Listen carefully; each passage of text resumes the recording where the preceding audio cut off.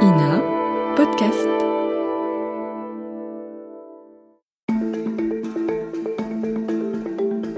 Qui est et que veut Vincent Bolloré ? Ça ne vous a pas échappé, le nom du milliardaire breton est depuis quelques années omniprésent dans les médias français. Oui, Vincent Bolloré fait beaucoup parler de lui, et il faut le dire, pas toujours en bien. Dans la presse, à la télévision, les enquêtes sur le capitaine d'industrie se multiplient, notamment depuis que son groupe Bolloré développe à vitesse grand V un empire médiatique. Canal+, CNews, le JDD, Europe 1, le groupe Hachette, autant de médias accusés, de près ou de loin, de favoriser et diffuser l'hypothétique projet idéologique de Vincent Bolloré, classé à l'extrême droite. Mais qu'en est-il vraiment ? Vincent Bolloré porte-t-il, en dehors de ses activités économiques, un autre projet ? Quels sont ses objectifs pour son groupe ? Et au-delà, tout ça on en parle avec vous. Rémi Rieffel, bonjour. Bonjour. Sociologue des médias, prof à l'université Panthéon-Assas. Et vous, Raphaël Baquet, bonjour. Bonjour. Grand reporter au journal Le Monde, vous avez longuement enquêté sur Vincent Bolloré. Vincent Bolloré, on a un peu l'impression que c'est depuis quelques années le grand méchant loup dans les médias français, c'est le cas ? En tout cas, c'était un jeune loup de l'industrie et il est devenu un vieux loup de la politique. Mais c'est toujours le pouvoir. On va développer tout ça avec vous, mais d'abord, on commence comme chaque semaine par un récit en archive et puis on se retrouve juste après. Je m'appelle Théophile Cossa et vous écoutez Le Temps de l'Actu, un podcast de l'INA et de l'université Panthéon-Assas. C'est parti.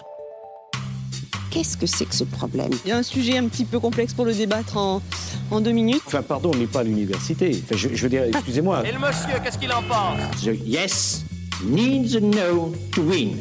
Again is a no. Réfléchissez bien. Et surtout, faites réfléchir autour de vous. Et j'attendais, je ne vous le cache pas, ce moment avec un peu d'impatience. Le temps de l'actu. Qui est et comment fonctionne Vincent Bolloré ? Pour le comprendre, retour dans les années 80.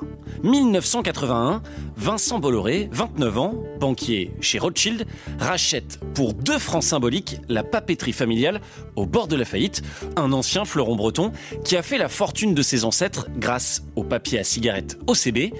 Le jeune héritier se retrousse les manches, change la stratégie de la boîte. 6 ans plus tard, première consécration, on est en 1987.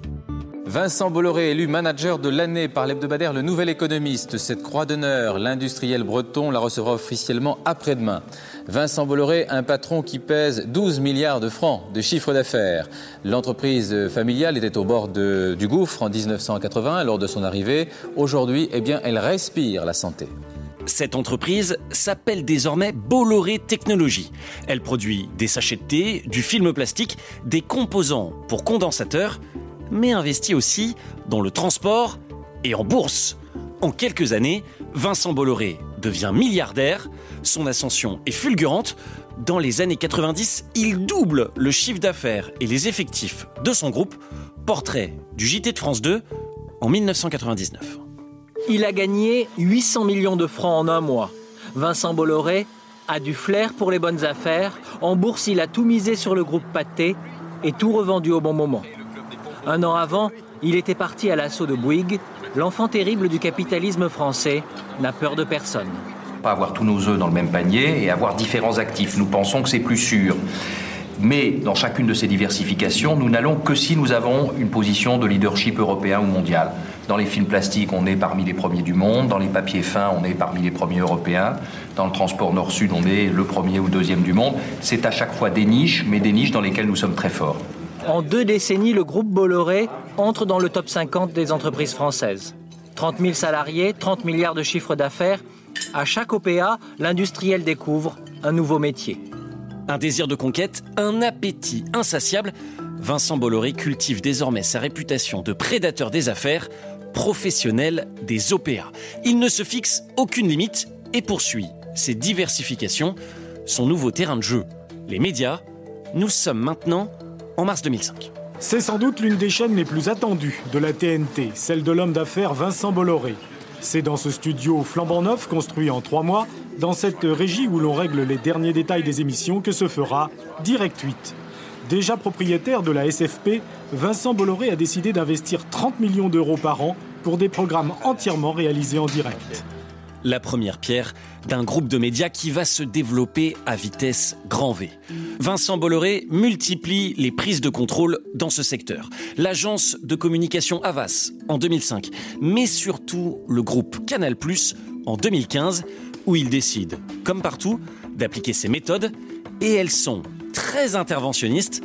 En 2016, la chaîne d'information du groupe Canal+, iTélé, qui deviendra par la suite CNews, se met en grève. Écoutez. 3 semaines de grève et des journalistes qui restent soudés dans l'épreuve de force que leur impose Vincent Bolloré. Le principal actionnaire de Vivendi, propriétaire de Canal+, veut imposer à l'antenne un de ses proches, Jean-Marc Morandini, mis en examen pour corruption de mineurs. Un parachutage désastreux pour la crédibilité de la rédaction, qui redoute aussi de perdre son indépendance par rapport à la direction de la chaîne. Évidemment, les critiques pleuvent à l'encontre du nouveau mania des médias. Qu'importe, son ami, le journaliste Philippe Labro, le défendait en 2016. Il n'y a pas d'entrepreneur audacieux qui ne fabrique pas automatiquement jalousie, envie, critique, caricature, diffamation, désinformation. Et il n'y a pas que pour ses activités médiatiques que Vincent Bolloré essuie les critiques. Je vous le disais, le groupe Bolloré, c'est aussi, à l'époque, un groupe spécialiste du transport et de la logistique, présent dans plus de 40 pays africains et gestionnaire de grands ports commerciaux comme celui de Dakar ou d'Abidjan. Mais en avril 2018... Vincent Bolloré, 10e fortune de France, est depuis ce matin en garde à vue. Aujourd'hui, les juges français veulent savoir dans quelles conditions le groupe Bolloré a obtenu les concessions portuaires de Lomé au Togo et de Conakry en Guinée. Les enquêteurs suspectent le groupe Bolloré d'avoir financé les campagnes électorales de plusieurs chefs d'État africains en échange de l'attribution des contrats portuaires. Le groupe Bolloré reconnaîtra finalement devant la justice certains faits de corruption et devra payer une amende de 12 millions d'euros. En 2022, il revend sa division africaine Bolloré Africa Logistics pour 5 milliards d'euros, mais conserve ses activités de production d'huile de palme ou de caoutchouc en Afrique. Et il continue en parallèle son développement dans les médias en France. Rachat du groupe d'édition Hachette, du groupe de presse Prisma, du journal Le JDD, pont entre la chaîne CNews et la radio Europe 1, avec à chaque fois les mêmes méthodes, un interventionnisme fort sur l'éditorial. En 2023, c'était au tour de la rédaction du Journal du Dimanche de se mettre en grève. Analyse de l'historien des médias, Alexis Lévrier. Il a vendu ses activités africaines et il se recentre sur les médias. Et son modèle, c'est plutôt Murdoch, c'est-à-dire un groupe de médias très puissant avec des concentrations horizontales et verticales et un projet idéologique assumé. Comprenez, un projet idéologique classé à l'extrême droite, selon le journaliste et ex-chroniqueur de CNews, Laurent Geoffrin. Le groupe Bolloré, ça c'est vrai, est à l'épicentre de l'union de toutes les droites dures. Voilà, c'est l'épicentre. Au début, c'était pour Zemmour. Alors, vous aviez sur les chaînes Bolloré, Zemmour partout. Et puis après, c'était plus Le Pen. Enfin, ça lui est égal, Bolloré. Ce qui compte, c'est que ses idées soient poussées en avant. Vincent Bolloré aurait-il donc un projet idéologique ? Réponse de l'intéressé devant les députés de la commission d'enquête parlementaire sur les fréquences de la TNT, alors que ces chaînes de télé C8 et CNews étaient dans le viseur de l'Arcom. C'était en mars 2024. J'ai des convictions, mais les contenus du groupe Canal n'ont qu'un objectif, c'est de servir ses abonnés ou ses téléspectateurs. Pourquoi est-ce que CNews est un succès ? Parce que CNews raconte la vérité, reçoit tout le monde, enfin en tout cas tous ceux qui veulent y aller, et que c'est aujourd'hui un espace de liberté. Alors est-ce qu'il y a de l'idéologie là-dedans ou chez Cyril Hanouna ? Je ne suis pas sûr. Et si C8 a donc perdu sa fréquence et arrêté d'émettre en février 2025, la chaîne CNews, elle, ne s'est jamais aussi bien portée et caracole en tête des chaînes d'information. Soit. Et maintenant, quels seront les prochains coups de Vincent Bolloré ? Que veut-il ? Et où va-t-il ? On en parle dans le temps de l'actu. Avec vous, Raphaël Baquet, et vous, Rémi Rieffel. Déjà, pour commencer, une réaction peut-être au récit qu'on vient d'entendre, un non exhaustif, je le précise. Difficile de résumer un homme et un groupe tentaculaire en 5 minutes. Qui veut commencer ? Allez-y, Rémi. Oui, j'ai trouvé votre reportage enquête très précis et fidèle à la réalité. C'est-à-dire que vous montrez bien qu'il a progressé dans l'empire médiatique en particulier. Je ne reviendrai pas sur ses antécédents. Et ce qui est frappant, c'est qu'il se cache derrière un discours assez lénifiant lorsqu'on l'interroge sur ses objectifs ou ses stratégies. Oui, Raphaël Baquet, on a un peu l'impression que c'est une anguille, Vincent Bolloré, vous, qui l'avez étudié sous toutes ses coutures. Oui, alors même qu'il a une personnalité assez affirmée. Mais c'est vrai qu'il fait très attention sur le plan politique, même si il est évident, enfin ses idées sont évidentes. On voit très bien ce que produisent ses chaînes, mais il ne l'affirme jamais lui-même. Il laisse ses barons, à vrai dire, le faire pour lui. On l'a entendu dans le récit, breton de cœur, milliardaire, catholique pratiquant, génie des affaires. Dans le business, on l'appelle le smiling killer, le tueur au sourire. C'est tout ça à la fois, Raphaël Baquet ? Oui, d'ailleurs, on n'a pas tout de suite vu quelles étaient ses options politiques, et peut-être n'en avait-il pas, à vrai dire. Au départ, c'était un libéral grand-teint, un industriel assez classique, il faut bien le dire, qui manœuvrait à la fois au charme et à la menace. Quand même, il a toujours été un industriel très dur en affaires. Et puis, effectivement, il a changé. Il a changé ces dernières années en changeant ses activités et en se recentrant sur à la fois les médias et l'édition, ce qui est beaucoup moins rentable quand même que les activités portuaires. Donc, il le fait vraiment pour ses convictions. Et ça, c'est tout à fait différent. J'ai beaucoup axé ce récit, on l'a entendu, sur le développement du groupe Bolloré dans les médias, parce que c'est ce qui fait le plus réagir ces dernières années lorsqu'on évoque Vincent Bolloré. Aujourd'hui, les médias, c'est l'un des principaux socles du groupe Bolloré. C'est en tout cas un socle assez décisif depuis 2-3 ans, effectivement, parce qu'il y a une véritable synergie entre les différents supports et les différents médias dont il est propriétaire. Et on voit bien, quand on écoute les informations publiées par le JDD ou par CNews ou par Europe 1, que les animateurs, les journalistes passent d'une chaîne à l'autre et lancent le même type de thématique chaque jour. Vous voyez. Donc là, on sent bien que derrière cette volonté, il y a le souci de faire passer une certaine vision du monde, indéniablement. Moi, je pense qu'il reste toujours deux Vincent Bolloré. Parce qu'il y a le Vincent Bolloré, chef d'entreprise. Par exemple, il ne demande pas à Havas de n'avoir que pour client que l'extrême droite. Et puis, il y a le Vincent Bolloré idéologue. Donc, lorsque ça peut nuire à ses affaires, il dépolitise au contraire ses affaires et la bonne marche de ses entreprises. Et puis, il y a ses dadas, il y a ses hobbies, et ça, c'est les médias. C'est pas ce qui rapporte le plus d'argent au groupe. C'est au contraire, ce qui lui plaît, c'est sa danseuse, si on peut dire, au sens son hobby, ce qui lui plaît.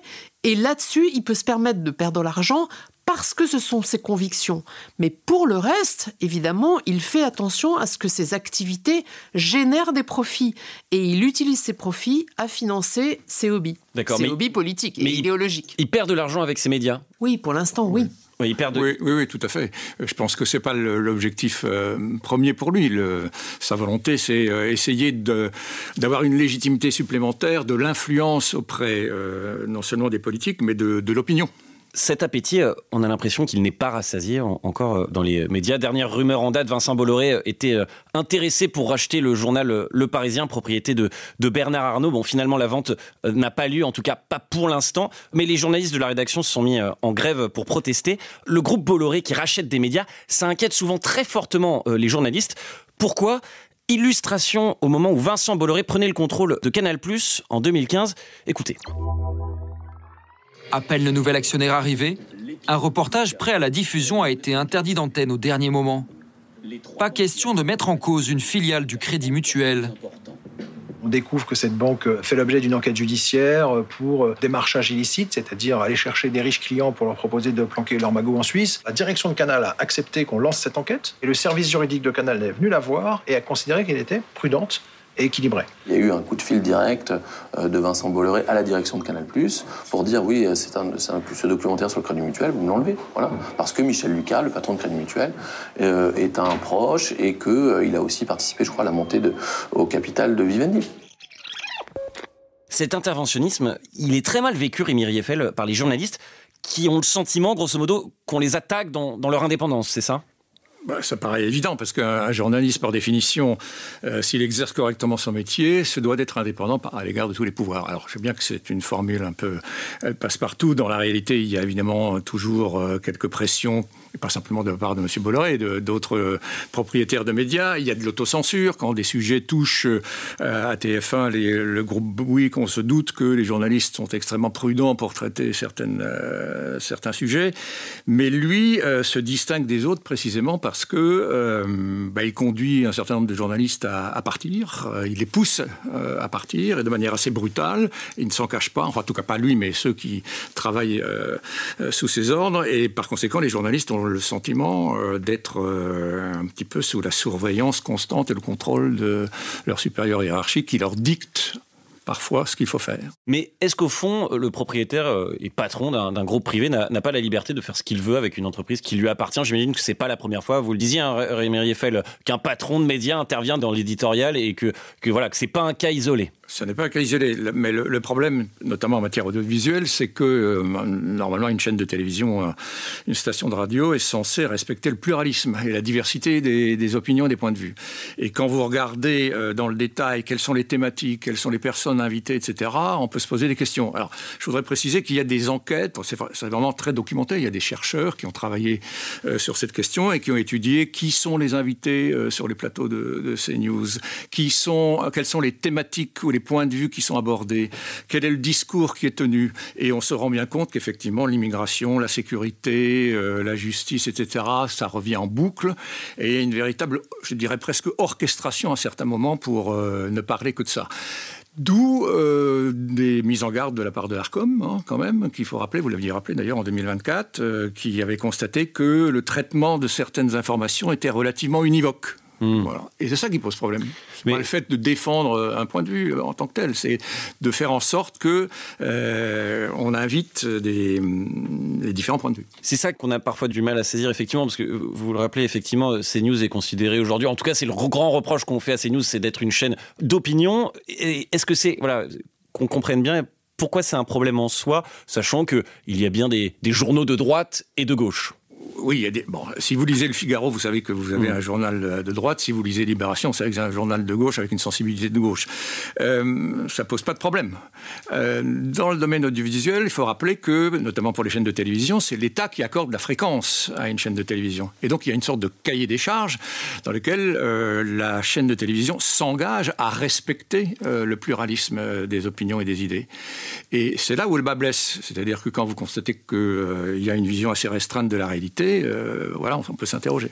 D'ailleurs, on parle beaucoup de Vincent Bolloré comme s'il était toujours le boss du groupe Bolloré, mais officiellement, il a pris sa retraite en avril 2023 et a passé la main à ses enfants, Raphaël Baquet. Oui, mais alors il est indéniablement toujours le boss, ça c'est très clair. Il a passé la main, oui, à Cyril, son troisième enfant, pour le groupe en tant que tel, et à Yannick pour tout ce qui relève des médias de l'édition.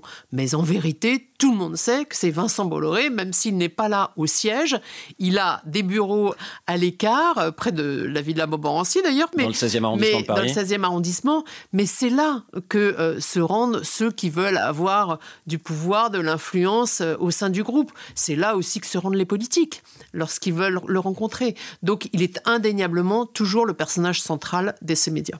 Je voudrais insister sur un point aussi, vous l'avez juste esquissé en début, il possède également un empire éditorial. Et on voit bien, là, de plus en plus que... Éditorial dans le monde de l'édition. Oui, le monde de l'édition. Le groupe Hachette qui est le premier... Hachette, avec Fayard, Grasset, le livre de poche, Hatier, Larousse... Oui, qui édite des manuels scolaires aussi. C'est le premier groupe d'édition en France, aujourd'hui, le groupe Hachette. Et on constate, ce sont des constats, des faits, que depuis quelque temps, il y a un certain nombre d'hommes politiques qui sont régulièrement publiés par les éditions Fayard et qui défendent des idées d'extrême droite. Jordan Bardella, Philippe de Villiers, par exemple. Donc voilà, ce sont des faits objectifs qui permettent de montrer un petit peu comment, dans le monde de l'édition, on s'inquiète également de son poids. Oui, parce qu'effectivement, on l'a déjà commencé à l'évoquer longuement. L'autre point qui fait beaucoup parler et couler d'encre lorsqu'on évoque Vincent Bolloré, c'est cet éventuel projet idéologique qu'il pousserait à fond dans les médias qu'il contrôle. Un projet idéologique, on l'a dit, classé à l'extrême droite. On entendait Laurent Geoffrin, le journaliste Laurent Geoffrin l'évoquait dans le récit documentaire. Vous l'avez évoqué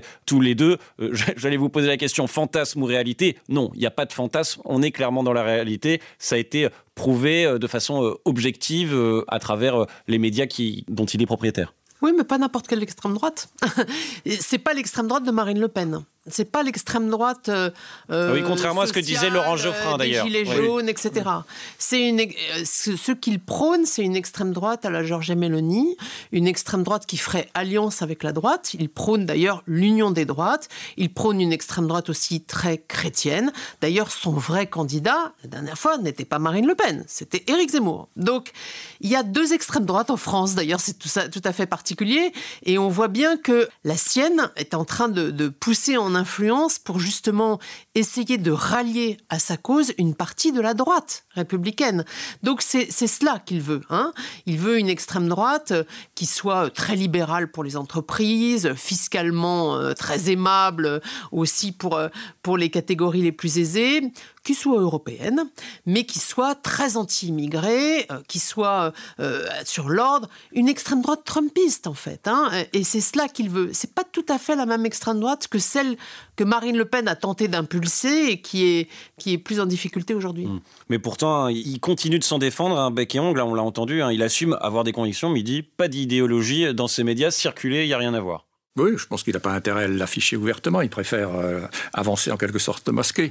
Je voulais revenir sur la question du trumpisme. Il y a une étude qui a été réalisée il y a un an par un chercheur français qui travaille aux États-Unis, qui est un jeune politiste, qui a fait une comparaison entre le contenu des émissions de Fox News et les émissions de CNews. Et il montre très bien, preuve à l'appui, avec des chiffres, des données, qu'il y a une forte similitude entre les types de contenus et de thématiques qui sont abordés. Fox News, la chaîne d'information américaine, un des principaux soutiens de Donald Trump. C'est l'un des modèles tout à fait avoués de CNews. Et on a entendu effectivement la comparaison, je crois que c'était d'Alexis Lévrier, avec Rupert Murdoch, qui est un grand capitaine, grand mania des médias, et d'ailleurs propriétaire de et Fox News. News. Familial, exactement comme Bolloré ambitionne de le faire. C'est inquiétant ce pouvoir grandissant du groupe Bolloré dans les médias, cette droitisation, voire extrême droitisation d'un certain nombre de chaînes, de titres de presse, où finalement c'est juste l'illustration de ce qui se passe actuellement en France. Je rappelle que le RN arrive en tête de tous les sondages d'opinion. Est-ce que c'est pas l'illustration aussi qu'on a en France une presse libre? C'est l'argument massu, en tout cas clamé par tous ces médias Bolloré. Ils seraient les derniers défenseurs de la liberté d'expression. Tout le problème, c'est cela, justement. Parce que le problème, c'est de surfer sur la désinformation. Parce qu'après tout, ils pourraient avoir leurs idées. Mais ils désinforment. C'est-à-dire que très souvent, d'abord, ils font très peu d'informations, encore une fois, très peu d'enquêtes. Et surtout, ils font des débats qui consistent à tronquer la réalité. C'est cela qui est le principal problème des médias Bolloré. Le Figaro est un journal de la droite conservatrice. Mais le Figaro fait des reportages et des enquêtes. Sourcés, factuels, objectifs. Voilà, c'est pas tout à fait la même chose que CNews. CNews, encore une fois, ne fait pas d'information. Donc, et c'est cela aussi que fait Fox News.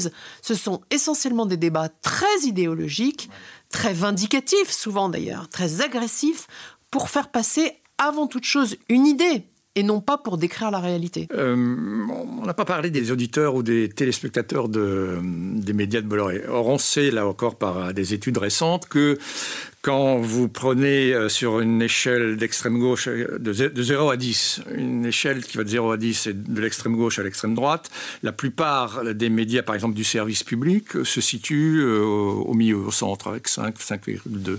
Les téléspectateurs de CNews sont vers la droite et extrême droite à 6,5, 7,5. Vous voyez. Donc on sent bien qu'il y a une convergence entre le contenu de ce qu'affirment certains médias de Bolloré et un public qui est captif parce qu'il existe. Voilà, c'est ça. Donc l'argument, on le comprend très bien. Il y a un certain nombre, il y a même beaucoup de Français qui sont prêts à voter pour l'extrême droite ou en tête des sondages aujourd'hui. Oui, si l'élection présidentielle avait lieu demain. C'est la question de l'œuf et la poule. C'est-à-dire qu'est-ce qui a provoqué ce système? Est-ce que ce sont les médias qui ont participé et amplifié le phénomène avec les réseaux sociaux, ou est-ce qu'il y avait déjà à l'origine une forte droitisation de l'électorat en France? Moi je voudrais insister sur le fait que son impact n'est pas forcément très réel. Encore une fois, Éric Zemmour était le candidat voulu par Vincent Bolloré, il a fait moins de 5%. Oui. Donc il ne colle pas forcément toujours à l'électorat. Mais c'est vrai que peu à peu, le succès grandissant de CNews surfe aussi sur la montée de l'extrême droite. C'est pas CNews qui crée l'extrême droite. L'extrême droite était là avant. Mais elle a surfé sur ce succès et probablement qu'elle l'amplifie. Ouais, mais c'est intéressant, effectivement, ce sujet. C'est le fou la poule, etc. Mais vous, le sociologue des médias... Oui, non, mais je dirais qu'il participe à un climat d'opinion actuellement et il le favorise. Voilà. Alors, effectivement, il n'est pas à l'origine, probablement, de ce phénomène, mais indéniablement, il y a une forme d'amplification. Même s'ils n'ont pas une audience énorme, notamment, on le voit bien sur le web et les réseaux sociaux, ils ont un écho considérable et ils savent s'y prendre pour polariser le débat public. Oui, j'allais dire, au fond, Vincent Bolloré, on l'a beaucoup dit, c'est un génie des affaires, un businessman. Est-ce qu'il n'y a pas aussi peut-être une logique business de voir, aujourd'hui, c'est vrai que la France se droitise, en tout cas dans les sondages d'opinion, on voit qu'effectivement, il y a un public qui vote, en tout cas qui a une sympathie pour l'extrême droite. Est-ce que il n'y a pas finalement une opportunité pour ces groupes médiatiques de se positionner là-dedans ? Moi, je dirais pas tout à fait ça parce que justement, il préserve ses vrais business de l'idéologisation. Hein. Oui, attention, il sépare bien les choses. Il y a une partie de son business qui n'est pas du tout idéologique, justement parce qu'il veut préserver la rentabilité de ces business-là. Donc, il le fait sur même dans l'édition, par exemple. Toutes les maisons d'édition qui l'ont racheté ne font pas des livres purement d'extrême droite.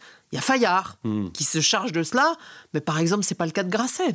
Grasset peut même publier des livres qui sont pas du tout dans cette ligne-là. Donc c'est intéressant, il fait très attention. Canal+. Oui, le cinéma. Même chose. Le cinéma, franchement, si vous regardez ce qu'il produit, on n'a pas des films sur les Vendéens toutes les 3 minutes. Hein, donc c'est loin d'être ça même. Et d'ailleurs, personne ne mouffe. Oui, c'est-à-dire, on n'entend pas une star de cinéma... Bien sûr que non, car il continue à se plaindre de Vincent Bolloré. Car Canal+ continue à financer une part non négligeable du cinéma et en faisant bien attention justement à ne pas trop politiser cette part-là, parce que le grand public n'attend pas cela. Ce qui prouve qu'il est un fin stratège. Bien sûr. Ces mêmes médias de la bolosphère, comme on l'appelle, attaquent massivement depuis quelques mois les médias de l'audiovisuel public, Radio France, France Télévisions. L'INA fait aussi partie de l'audiovisuel public, mais n'est pas attaquée particulièrement par les médias du groupe Bolloré. Il y a eu l'affaire Thomas Legrand et Patrick Cohen qui a fait du bruit récemment. Les médias du groupe Bolloré accusent l'audiovisuel public d'être partisan, d'être à gauche, en gros. Les attaques sont telles que les patronnes de France Télévisions et de Radio France ont même réagi personnellement. Toute cette bataille enclenchée par les médias Bolloré, ça aussi, c'est signé Vincent Bolloré himself, Raphaël Baquet. C'est une stratégie ? Bien sûr, ça fait partie de la bataille idéologique. Cela dit, si l'audiovisuel public était privatisé, par exemple, je ne suis pas sûre que ça servirait les intérêts des chaînes de Vincent Bolloré, car ça ferait beaucoup de monde sur le même marché publicitaire. Mais en revanche, sur le plan idéologique, oui, c'est vrai. Il accuse les médias publics d'être de gauche. Donc c'est ça, principalement, l'accusation. Hein. Et donc, il va mener cette guerre au moins jusqu'au présidentiel. Après, on verra. Si jamais l'extrême droite était au pouvoir, par exemple, je serais curieuse de voir à quel point cela pourrait servir ses intérêts ou pas de changer le périmètre de l'audiovisuel. Rémi Rieffel, sur ces attaques contre l'audiovisuel public ? Il y a eu un véritable matraquage à propos de cette affaire. Et alors, c'est l'INA en particulier qui a, à partir de données statistiques, montré que, je le dis sous réserve, je crois que sur les 3 premiers jours où l'affaire a été soulevée, des chaînes comme CNews en ont parlé 287 fois. Alors, c'est vraiment une volonté manifeste d'attaquer l'audiovisuel public pour le mettre en cause et monter en puissance par rapport à lui. Et le décrédibiliser. En montrant que la vérité d'un côté et pas de l'autre. Vous avez mentionné les élections présidentielles qui se rapprochent, 2027, c'est plus si loin. À terme, c'est quoi le projet de Vincent Bolloré ? Alors, à la fois pour son groupe et puis peut-être pour la société française ? Son choix politique, d'ailleurs, ces chaînes ne le cachent pas. Son choix politique, c'est l'union des droites, comme on dit, c'est-à-dire l'union de l'extrême droite et d'une partie de la droite républicaine. C'est de faire à la Giorgia Meloni. Voilà, son rêve, ce serait ça. Giorgia Meloni, libérale, d'extrême droite, autoritaire, européenne.